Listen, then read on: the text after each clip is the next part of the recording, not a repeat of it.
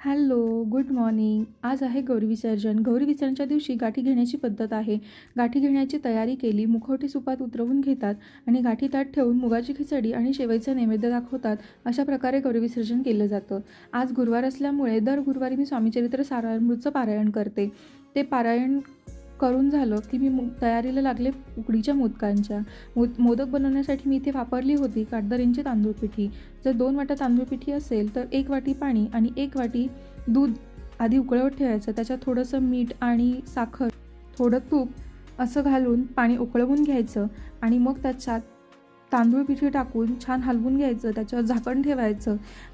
5 ते 10 मिनटं झाकण तसंच ठेवायचं. ते वाफेत छान शिजलं जातं आणि नंतर बाहेर काढल्यानंतर परातीत वगैरे घेऊन मस्तपैकी ते चांगलं मळून घ्यायचं. आपण जितकं जास्त छान मळून घेतो तितके मोदकही आपले सुबक वळले जातात, त्यांना चिरा येत नाहीत.